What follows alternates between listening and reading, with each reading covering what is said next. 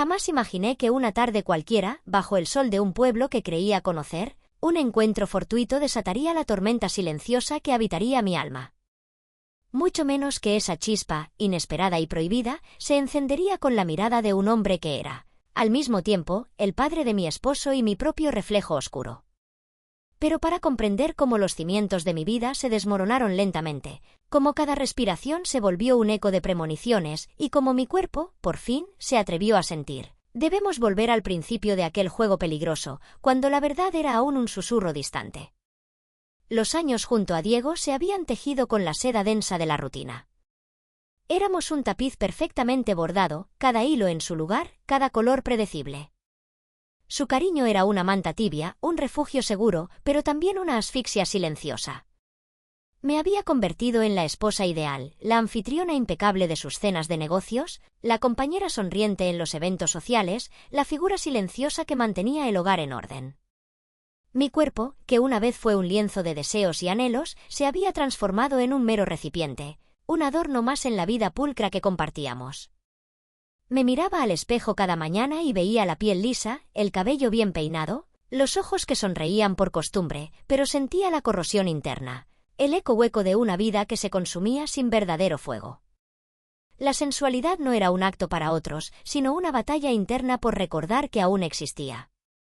Mis dedos se demoraban en la delicadeza de la lencería de encaje, en el satén que se deslizaba sobre mi piel, no por un propósito externo, sino como un último vestigio de rebeldía, un susurro íntimo de que había algo más, algo que Diego, absorto en sus negocios de mezcal y terrenos, hacía tiempo que no veía.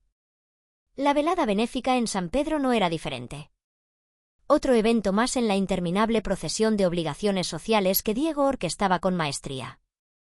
Mientras él repasaba cifras y estrategias en su despacho, yo me encerraba en la quietud de nuestro vestidor, rodeada por el aroma a cedro y la promesa de una noche más de sonrisas forzadas. Pero esa tarde, algo se agitó. No era una premonición clara, sino una punzada, un leve temblor en la punta de los dedos.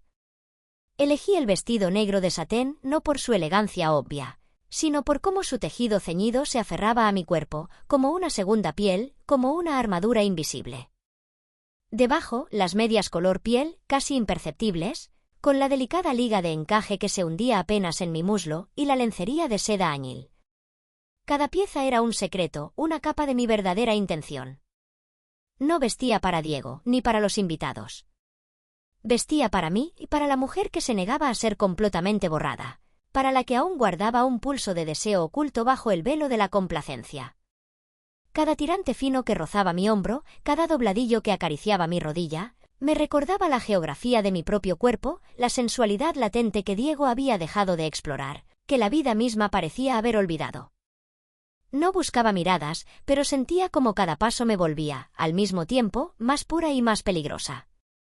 En la azotea del centro cultural local el aire de la sierra de Oaxaca era fresco, pero por dentro yo sentía un calor incipiente.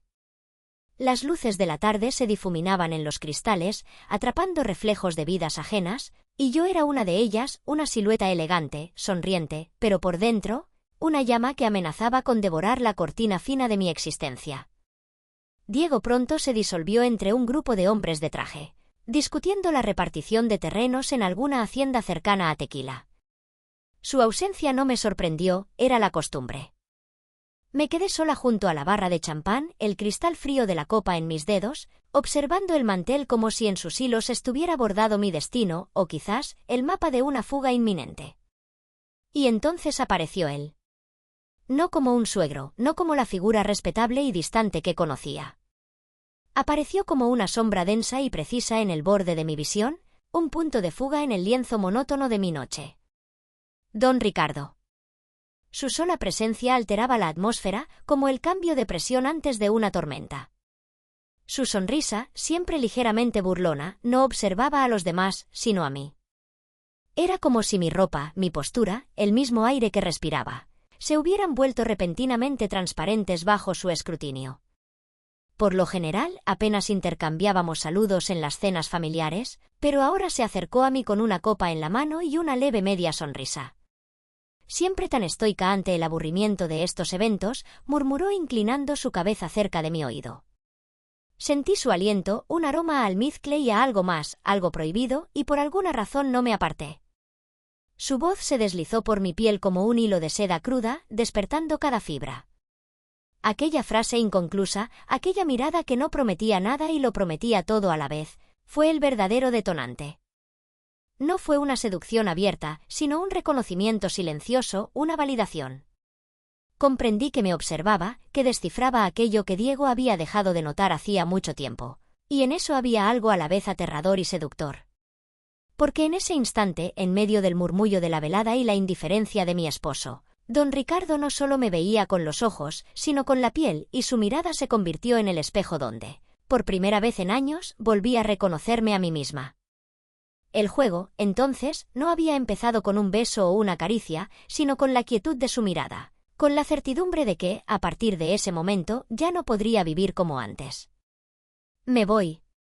Por mucho tiempo.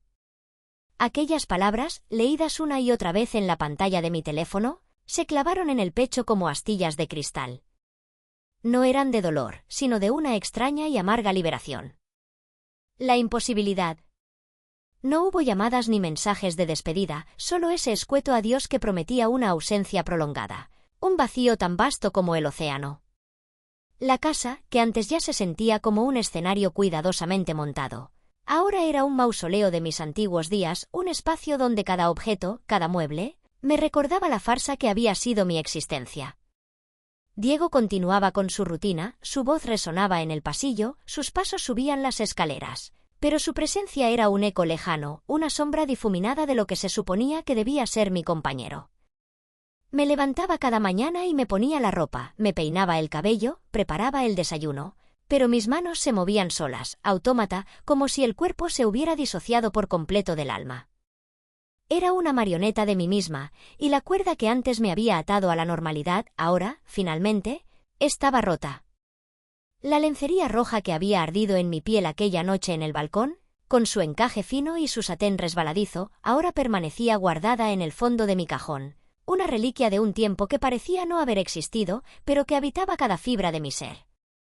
A veces, por las noches, la sacaba, la sostenía entre mis dedos, sintiendo el delicado tejido, el suave roce contra mis palmas y el recuerdo de su mano casi rozando mi muslo en el taxi, de su aliento cálido en mi cuello bajo el manzano, me asaltaba con una intensidad que cortaba la respiración.